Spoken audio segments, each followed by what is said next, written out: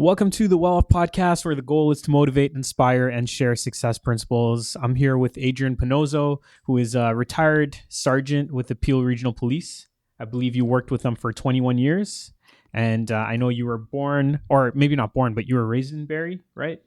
I was raised in the north part of Toronto, Newmarket, King City area. Okay. So not Barrie. Not Barrie, south of Barrie, yeah. I read that somewhere, so they had the wrong information. All right, and I know you, again, correct me if I'm wrong, but started investing in Acton? No, I actually started investing. My first one was in Newmarket. Wow. And then from there, everything went towards Hamilton. Okay, I'm going to find the article where they put all that false information because I took it off the internet, sorry. And I know, like you just mentioned, you're in Hamilton now, so you do a lot of joint ventures and multi-unit type of properties. I know a little bit about what you do, but if you want to describe that just to kick things off. Sure. So we started about 7 years ago. We bought our first rental property close to where I live in the city of Newmarket. And we continued to aggressively invest in real estate throughout the years, a total of 7 years now investing, and we began to heavily invest in the city of Hamilton, where cash flow, if you've heard of the expression, cash flow is king. Hamilton is very generous with respect to your return on investment and cash flow.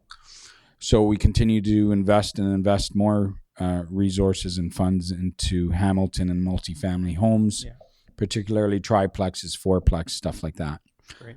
We moved on to that, and we began to joint venture with other investors who maybe not as up to speed on the Hamilton market, may need some help on what kind of rents we can generate in certain areas of Hamilton. We can also look at essentially different strategies around different areas and kind of rents we can generate in Hamilton, depending on the size of the apartments, the quality of finishing, so on and so forth. So we kind of really perfected our strategies in multifamily homes in Hamilton, especially incorporating the buy, renovate, and refinance strategy with multifamily homes. Yeah, I've seen some of the work that you've done. You do a good job in picking the right finishes for the certain areas, so you don't want to spend too much, but you know how to spend just the right amount to get top rents and then make something look good. Exactly. Yeah. So before we get into some of the details, I typically like to start off by asking a bit about where you grew up. What was your childhood like, if you want to tell us a bit about that? I grew up downtown St. Clair and Dufferin area of Toronto. Back then, it was predominantly a very Italian area. That's where I grew up as a kid, and that area as well has changed quite a bit since I lived downtown Toronto. But yeah, I grew up there. I went to school downtown Toronto, kind of in the old Italian area of St. Clair and Dufferin. Pretty well stayed in that area till about grade 9, and then my parents and I moved from St. Clair and Dufferin area to more the north end of the city, Newmarket, Richmond Hill area. So, do you remember why you moved out there? Why I moved out to Richmond Hill? Yeah. My parents predominantly wanted to move outside of the downtown core, and they wanted to live more in the suburbs and just to have a little bit more of a house and a little bit more land, a little bit more affordable, as opposed to living. Some of the prices in Toronto are crazy. So I think that was the main reason why they decided to, maybe come a bit further north and have their money go further in real estate. So, yeah, I think that was basically it. Yeah. So coming out of high school, I guess you finished your high school degree in Richmond Hill, I'm assuming? Yes. Yeah. And coming out of high school, was your plan always to be a sergeant or an officer? Ever since I was like in grade 1. Really? I always wanted to be a police officer. And I mean, I was like to think I was successful in that. I had a very good career. I got to work in many different areas of the police department: homicide bureau, bank robbery division, drug squad. I worked in, a bunch of different areas within the police department. So I had a great career. Enjoyed every second of it, but it was time to move on. Mm-hmm. Great. So you were 23, was it, when you started? Correct. 23 years old. Yes. What department did you start in then? Patrol. In a cruiser, responding to 911 calls and everything like that. Great. Yeah. And I believe that your wife still works for the police force? Yes, she works for the police department. She's a 911 dispatcher. Right. So, she really enjoys her job as well. She's been at that for, I want to say, 10 years now. 911 dispatcher. So, yeah, quite a unique job as well. Yeah. But, it was time for me to move on. And my passion, after 20 years in policing, my passion kind of changed towards more into real estate. And I really found a passion for investing and doing things with my money in real estate. And I kind of got out of policing and the whole policing mentality and kind of transitioned to full-time real estate. Yeah. So.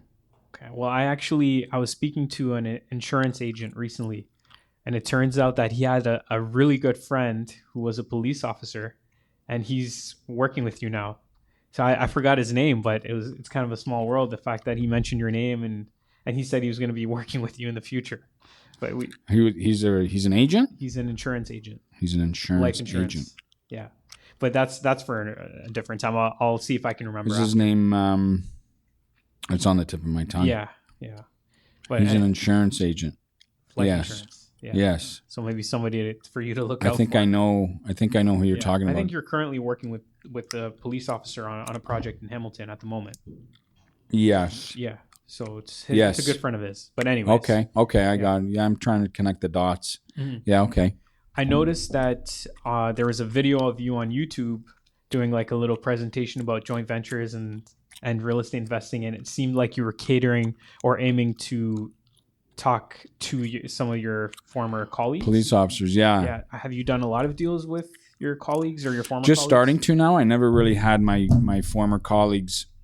I didn't really ever promote myself that I was a real avid real estate investor, because kind of kept that part of my life kind of to myself when I was in the police department. Didn't really go around letting a lot of people know how deeply entrenched I was in real estate until I finally resigned and retired. But prior to that, nobody really knew, how deep I was in real estate. They just thought that I maybe owned one or two houses and that's it. Yeah. But I'm more comfortable now to talk about it and kind of let them know where I am with my career in real estate. Yeah. And at this point, you have 32 properties now? 33. We bought another one. Great. Yeah. So I think we're up to 33 now. Yeah. Yeah. When you were in the police force, how did you first decide that you wanted to invest in real estate? My mortgage broker at the time also had his real estate license, and he convinced me. He's like, well, you have all this equity in your home. We should do something with that. Like, it's just sitting there. Let's use that equity to make more money and invest in real estate. And that's exactly what we did. So he kind of steered me down the path, put the idea in my head. And then we started off by taking a home equity loan, using the equity we had in our house, and using that. I think we started off with $150,000 or $200,000 HELOC, and we used that to purchase our first 2 or 3 properties. 2 or 3, you were able to get 2 or 3 with 150 back then? I think because, they were probably in the area of 350. So 20% of 350. 70. Times 2 or 3. Yeah. I want to say it was between 150 and 200 HELOC that we were able to get to kind of start our investing, really. So. Yeah. Well, I know that a lot of high-level investors now, they typically say that you're not really able to live off the income that you're generating from the properties. You need to have something on the side that you're doing. Do you find that now that you're retired? I know your wife's generating an income. Are you kind of getting by on your day-to-day stuff through your wife's income, or are you able to survive from your rental income? Both. I also, like you already know, I'm also a real estate agent as well. So I can generate an income through the sale of real estate. Most of my properties all cash flow. So there's money coming every month from the various properties, whether I own them on my own or whether we're joint ventured, but they all cash flow. So there's money every month coming from properties as well in the form of cash flow. So I think when you combine my real estate salary as far as sales go, and you combine that with monthly cash flow, I'm doing okay. Why did you decide to become a real estate agent? Passion. I like real estate a lot. I like to sell real estate. I like to help people that are getting into it and kind of, pick my brain for my expertise in the stuff that I've done over 7 years. And it's a good feeling to know that you're helping somebody that shares the same interests as you. And, you may bounce, like one thing as well, George, as I do, networking in real estate is huge. And, the power of networking in this business is incredible. And if you're able to network, you could pick up so many things from just colleagues that have the same mindset, like, hey, I tried that, or we did that, and we ended up cash flowing this much, and we invested in that project. And it's amazing, really. Like I found a passion for it, and just being able to talk to people like yourself, and we bounce things off each other. It's pretty cool. And you can learn so much just from talking to somebody and share your ideas and stuff like that. So overall, I'm definitely very motivated and in real estate investing, and it's definitely been fruitful for me.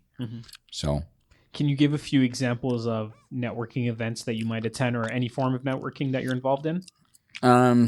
I've attended some. Obviously, myself and my business partner Sandy have with McKay Realty. We've put on some investor events that you're familiar with, and that you've done yourself here with your real estate office. So you're no stranger to that. I think you have a lot of knowledge as well. So here's a prime example of networking where you and I are talking about the same thing, essentially, just on a different scale, but overall we have the same concepts. And you may know a trick of the trade that you'd share with me, or vice versa. I've been to some rock star events as well. They're obviously extremely knowledgeable, and I enjoy going to those. We do a few investor events ourselves. I've been to a few of your investor seminars as well. So it's nice to take away some stuff from your circle and your office as well that we can bring home to our offices and kind of grow with that. So great. And you obviously have a lot of knowledge. Do you have a lot of joint venture partners, or is there like a small handful that you typically work with? I want to say there's probably 8 to 10, max probably maybe a dozen. Really? 8 to 12 different joint venture partnerships that I'm currently involved in. I want to say, solid 8 to 10. And then there's always the networking through the sale of real estate too. And that, again, I just don't think you can put a price or a number on how valuable networking is. Yeah, it really is. And I'm sure you know that, being in the business, even just through real estate leads that you can get, and, end up talking to a guy, and he may say, hey, I know a guy that's actually trying to sell a 3-plex or a 4-plex multifamily. And you never know, right? And you being in the business, you would know that. Yeah. Your partner is now, I know you're doing a bit, or at least one deal with a former police or a police officer now. Yeah. Do you plan on doing more deals with your colleagues or your former colleagues? Yeah, absolutely. And I think, I bring a lot to the table as far as experience, and I can give them advice. And, in the police world, most cops like to deal with other cops, or most cops only trust other cops, and you're kind of tainted. And I've been in that world because I was a police officer for 21 years. So I think they feel more at ease when they're dealing with another police officer, and they more in a situation where you could gain their trust a little bit easier and a little bit quicker. So overall, if you build that trust with police officers, they're great clients because typically they have great credit, and they have banks love to lend them money, same as firemen and nurses and stuff like that, because they have that pension, they have that stable income. Yep. They have all that, as opposed to somebody who's, self-employed, and they don't have the benefits of, having that in their corner. But it's not the end of the world, but it definitely helps, I would think. So. And do police officers get special mortgage rates? No. No, because I think in the States, certain people like teachers and such, they get a better mortgage rate than usual. No, we don't. Yeah, we don't. Mm-hmm. Just out of curiosity, what was it like working as a police officer? Is it like a really tight community? Where Very tight. Yeah, and everyone kind of looks out for each other. What's the atmosphere like between your colleagues? Like a brotherhood, like like you can imagine, and how you would think. It is a brotherhood, and at the end of the day, you really have, and you really watch each other's back, especially if you're running into a very hostile situation. We may not like each other that much, but either way, we're going in together, and we got to come out together to that situation. So overall, it's a different world. It's a brotherhood, and really, 21 years later now, I don't really miss all that. I don't really miss policing all that much. I miss the brotherhood of being a police officer and having those friendships and each other's back. Because at the end of the day, let's face it, if we're selling real estate, sales is sales, right? It's pretty cutthroat. You sell, great. You don't sell, not so good, right? That's sales are black and white, right? Yeah. So, but I miss the brotherhood of policing and the strong friendships I made over the years that, I was in that line of work. So do you think that you're trying to rekindle some of those relationships to get that feeling back of that brotherhood that you had in those relationships? With real estate? Yeah. Potentially with some investors. But I mean, again, it's still different. It's completely different. You still build good relationships in real estate, that you network, that you help clients, you help them find great cash flowing properties. It's still great to build those friendships, but the closeness of you and the other police officer, you and the brotherhood, are different. It's different. Yeah. But what have you taken from your experience as an officer for 21 years? What have you brought from that into your new career? The ability to really negotiate, the ability to really talk to people and just talk to people, have them confide in me, have them trust me, be extremely, extremely comfortable talking to different people that I've never met before, and try to convince them that, or try to educate / convince that, we're the right people. This is the right strategy. Real estate investing is amazing. And maybe the right word is gift of the gab, being able to just comfortably talk in front of audiences and educate different people on real estate investing, I think, for the most part. And I'm sure that there's an element of trust that exists when you approach someone that doesn't know you very well and you say, I was an officer for 21 years. There's got to be some sort of trust there. And there's also, on the flip side, not a lot of people. You could be a great person and you could be a great potential, real estate investor, but not everybody likes the police. Yeah. And, they're somewhat tainted, and it could be 50-50, right? Sometimes, it works to your advantage that they let their guard down because you're a police officer. And then on the flip side, it sometimes, depending on the person on the other side of the fence, it actually would be considered a negative. Yeah. That they just have that stigma that, oh, you're a police officer, you must be this, you must be that. Yeah. And it actually is a bad thing. Yeah. Why do you think people have that idea about, like, certain people have that idea about police officers? Maybe it's been ingrained in them, and they're a cultural thing from their family, just growing up and their whole family, the way their family and the way their family looks at police or talks about the police, or just their upbringing, and maybe their teenage years, like they can remember back to their teenage years and how they always got in trouble, and how, just the whole police thing gives them a bad taste in their name. Yeah. Yeah. Or they Who know knows? someone who had a bad experience. Exactly. Yeah. Yeah. For And sure. then everybody's got a story, right? Yeah. So Well, if you could just very quickly, can you tell me what your day used to look like as an officer compared to now as an investor and as an agent? it's less regimented. Obviously, working in the police department, your schedule is very regimented. It's different than, in real estate. We still have a schedule to adhere to, because I mean, we need to do certain things like follow-ups, potentially door knocking, whatever just helps make that sale, right? So you have to. I think I lost my train of thought there, but Well, comparing the two between being an officer and yeah, you're very much more regimented. You got to be on roll call at 6 a.m. Yeah. No excuses. They don't care if it's a snowstorm. 6 a.m. is roll call, period. That's just the paramilitary attitude. You will be on time no matter what. That's just the way it is. What does a typical day look like for you now? I can start my day, at 9 a.m. I can start my day at 12 noon. But at the end of the month, you have the complete freedom to do whatever you want.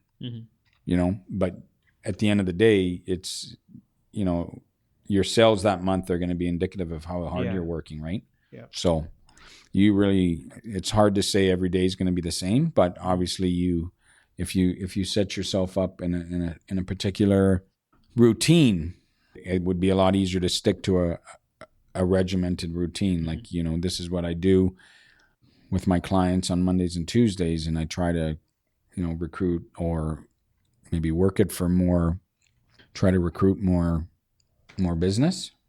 But I don't have, it's not like I say Mondays are my door knocking days, and Wednesdays are my cold calling days. Yeah. Do you know what I mean? I typically don't have that regiment in my schedule. Yep. So it's kind of different. Yeah. Long story short, I start my day when I want to start my day, and I can work till 10 p.m. if I want, or I can work till 1 p.m. if I want.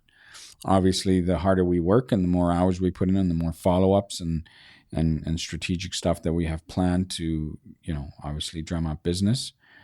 If it's producing results, it's producing results, right? So. Right. And as an officer, you obviously have to be in good shape. Do you find that you've maintained your shape? Are you still working out like you used to? Pretty much. I'm not lifting a lot of heavy weights anymore. I'm doing more reps with lighter weight, just because I'm getting older too. But yeah, for the most part, I'm trying my best to stay in shape. It was a lot easier on the police department because obviously you're working out every day and before you're going to work and whatnot. In this line of work, it's easy to kind of get in the bad habit and not work out every day. But overall, I still try to stay in shape and stuff like that for sure. Good. And what does your wife think about the whole transition you've made from having like a secure full-time job into going into something that's a lot riskier and less predictable? Overall, what does my wife think about it? She loves the fact that believe it or not, I'm actually home more. There's days that, 2 days in a row, I don't have to leave the house if I don't want to. I can work from home. I can make my calls from home and my follow-ups and all that stuff. So she likes the flexibility of that. And really, she's there just to support me. She's like, if this is what you want and it's obviously lucrative or it can be lucrative and you like what you're doing a lot and, you're getting great feedback from your clients and you're closing a lot of deals, everything's hunky-dory. Yeah. And has your quality of life increased since you decided to commit yourself more towards your investments? I work just as hard, believe it or not, but the difference is the work I'm putting in completely turns around and benefits me, whether it's lucrative. I sold 10 houses this month, for example, let's just say, or, if I want to work so hard and sell 15 houses in 1 month, it's going to me. You know what I mean? It's not like if I catch 15 bad guys today, it's not like I'm going to put an extra $3,000 this month in my pocket. Right. It's police is your salary, unless you work typically some overtime, but normally you have your salary. And it's different like with sales, right? Yeah. You could make a lot more money in sales. Yeah, well, it sounds like your quality of life at the moment is being determined by your real estate income, your sales income. Are you seeing the fruits of the labor of the investments right now, or is it more of like you're just letting it flourish on its own and grow, and then over time it'll become something that you can benefit from? I have let it grow, like fruits of the labor, as you would say. You know, all of my properties essentially I've had in my portfolio for 6 years, say on average, 5 to 6 years. And most, if not all of them, have almost doubled in value from 6 years ago. I was buying turnkey triplexes 6 years ago for, $340,000, where they're now worth over $600,000. Yeah, for sure. And again, that's just the power of real estate, right? Mm-hmm. So overall, yeah, we haven't really taken much money at all, if any, out of our capital in these properties. We've just let it sit and continue to grow. So yeah, it's done well, very well. I'd like to say, if most of my properties are almost worth double than when I first bought them 6 years ago, I think we're doing okay. Mm-hmm, for sure. So, do you only invest in real estate? Because I went to an event recently, and a very, very successful investor told me to start looking into other types of investments. Like he's interested in selling stock options, for example. He's got a huge portfolio, but he's starting to pull out some of his real estate money and put it into the stock options, selling them. Okay. Do you invest in anything else? And have you ever considered diversifying your portfolio? I've considered it. Have I done it? No. Why? I've been extremely successful in real estate, and I haven't had a need or a strong desire to go invest in stocks or, some other thing than real estate predominantly.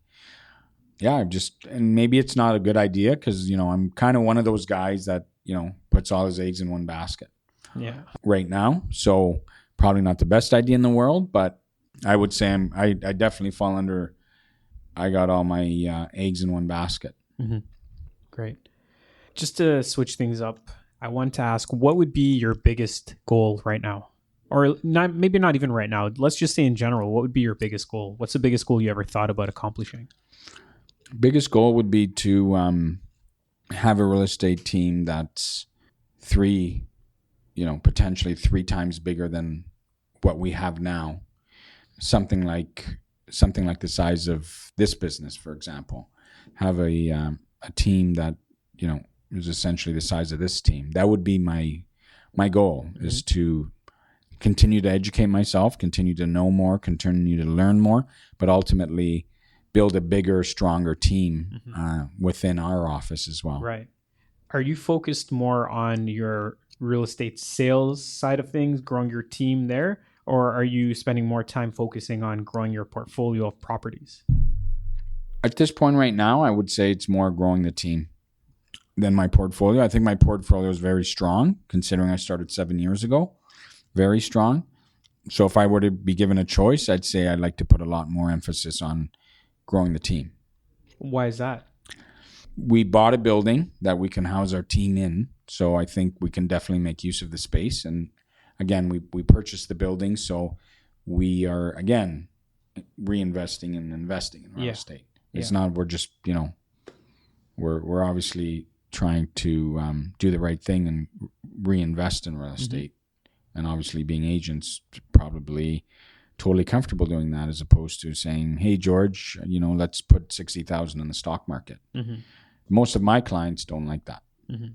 So, all right. And do you ever plan on retiring? And if so, when would you want to do that? I'd like to retire.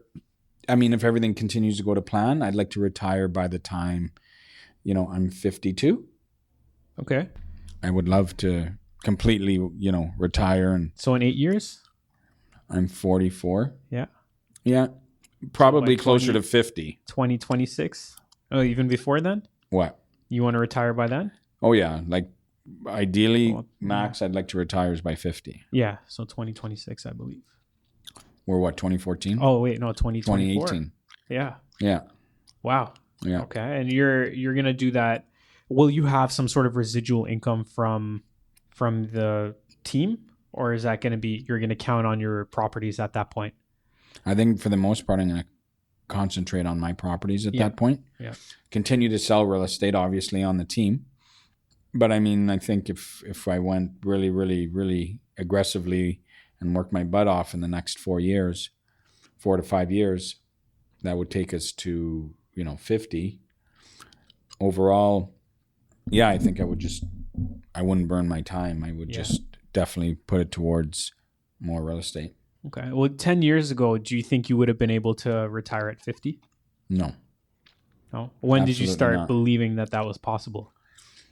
When did I start? That's a good question. Probably within the last 2 to 3 years, because I saw the properties beginning to accumulate, saw the cash flow coming in, continue to get more, more people wanting to joint venture. So overall, did I think that would happen? No. I look back now, definitely grateful that I did, for sure. So, what do you think is your greatest personality trait? I would say I'm very competent. I'm very focused. I'm very dedicated. I can be very serious at times, but at the end of the day, I get the job done. I'm not a kind of guy that pussyfoots around. If this has got to be done, let's get it done, sort of speak. So overall, yeah, I want to say we're definitely more aggressive than your average. Okay, let me just kind of, you know what I'm saying? Yeah. So. Yeah, for sure. And sort of along those lines in some way, what has been your greatest success so far? My best success in real estate or just in general? Let's just say in general. We'll leave it open. On a business level, I say one of my best successes were that we JV'd on a project and we essentially got all of our money out plus 80,000. So we were like super, super ecstatic about that. Yeah. Was that a fourplex? Yes. And the JV is a joint venture for those who don't know. Yeah. So was that a recent project? Last year, 2017. Yeah, that's pretty good. 80,000 out. What do you do all with out that plus money? 80. What do you do with that money when you? Well, when we you're able typically to reinvested it. reinvest it. Do you keep a reserve fund on the side for those properties? Because I know you typically like totally gut these properties, so everything's brand new. But do you still set money aside just in case something goes wrong? Probably wouldn't be a bad idea to keep a little nest egg there just in case. Let's just say all of a sudden, the furnace and the AC both go kaput on the same day. Yeah. There's potentially $7,000 of expenses, right? Potentially, if not maybe $6,000, but a brand new furnace, a brand new hot water tank, so to speak. So yeah, they definitely can add up. So maybe that's a good idea. Yeah. Right. So after, like, if you're able to withdraw or get an additional 80 after you refinance, maybe put some like 10 grand on the side just to keep it for that property as a reserve fund. Yeah. Absolutely. Yeah. Okay. We'll jump into the next section here, which is the random 5. I kind of warned you about this. Oh, the random 5. The random 5. So just let me know what comes to mind as soon as you hear the question. And the first one is, if you weren't a police officer or real estate investor, what would you be? If I wasn't a real estate investor or police officer, or a police officer. If I wasn't a police officer or a real estate investor, what would I be? Probably a fireman. Yeah. Okay. Everybody loves firemen. Yeah. Yeah. Is that why? They're similar to police officers. They get all kinds of time off. Yeah. They run their, they do long shifts. Yeah. Probably longer than police shifts. And overall, everybody loves a fireman. Oh, yeah. You don't really get a lot of people chewing out firemen like, they chew out the police. Right. So probably a fireman. Okay. For the love that they get. Yeah. Okay. What are you not very good at? I'm not good at construction, believe it or not. I'm good at project managing construction and all of our construction projects, but I'm not good at physical, doing the physical construction. Yep. I don't know how. Okay. Fair enough. What was the happiest moment of your life? Birth of my daughter. Right. Did you just have one? Yes. Yeah. Yeah. She's just turned 18. Yeah. Believe it or not. Yeah. But it was probably the best day of my life. So she's going off to college or university? She's going to Guelph. She's going to Guelph? She's going off to Good Guelph. for her. Yeah. Does she know what she wants to do?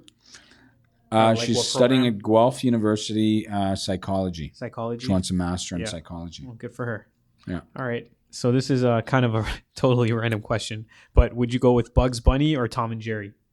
Tom and Jerry. Tom and Jerry. All right. And would you rather have pineapples or anchovies on your pizza? Anchovies. Anchovies? Yeah. Really? Cool. I'm not a pineapple on pizza kind of guy. I'm more of a Italian anchovies kind of pizza. Yeah, but I was always under the impression that pizza wasn't really Italian. It's like something that they created in the States. Yeah, I don't know about that. I guess and say, yeah, it sounds right, but I don't really know. Yeah, so we need somebody who's got some Italian history background. Right. Okay, great. So to end things here, is there anything you want to share? Do you want to talk about how people can reach you if they have questions, anything of that sort? Yeah, so I can be reached at Adrian at Mackay, spelled Mackay, realtynetwork.com. Just flip me an email. I'm always open to chatting and networking with other investors. I'm not looking to push anybody into real estate investing or whatnot. I'm just more of someone who that I think could be used as a resource in real estate investing. Definitely a very, very knowledgeable, but yet a person that really believes in real estate. I'm trying to find a specific word, but I can't seem to put my finger on it. All right. But overall, no, if I can give anybody advice, jump in with both feet. If you've been contemplating on, investing in real estate, jump in with both feet. There's no time like the present. Like they always say, it's not about timing the market. It's about time in the market. You should, get in the market, get off the fence, start investing in real estate. You're definitely going to be happy with the results and capitalize on that. There's no time like the present. I really think that I truly believe in investing in real estate and financial freedom through real estate that it could cause. Yeah. Why don't you think more people are investing? It seems like there's a lot of people that don't have investment properties. It's a pretty substantial percent of the population that they just don't own any real estate or investment properties. Right. And your question is, why do I think they don't invest? 1, they don't have capital. 2, they have bad credit. 3, those are those people that will always sit on the sidelines and always look and say, shit, I can never do that. I can never invest in that because, I just can't take that risk. And they don't really know what the risk is because they haven't come out of their circle yet without, being scared that what's going to happen to me? Am I going to lose my shirt? Am I going to lose, every penny I ever own? Meanwhile, it's the other way around. So it's kind of different. But no, overall, we're very happy. Yeah. Well, I think for those people that are scared, one thing they should do is surround themselves with other investors, and you'll just automatically get the confidence. It'll just kind of be transferred over to you, and that's the first step. And then educate yourself, read books, and things will come together for you. Absolutely. I completely agree. Great. Okay. Well, thank you very much, Adrian. Appreciate your time. Yep. And as always, nice chatting with you, and we'll talk again soon. Cool. Thank you. Thanks for listening to this episode of the Well Off Podcast. If you enjoy the content, then I would appreciate it if you shared it with your family and friends and anyone you know who may benefit. Until next time, I'm George Masri. Enjoy the rest of your day.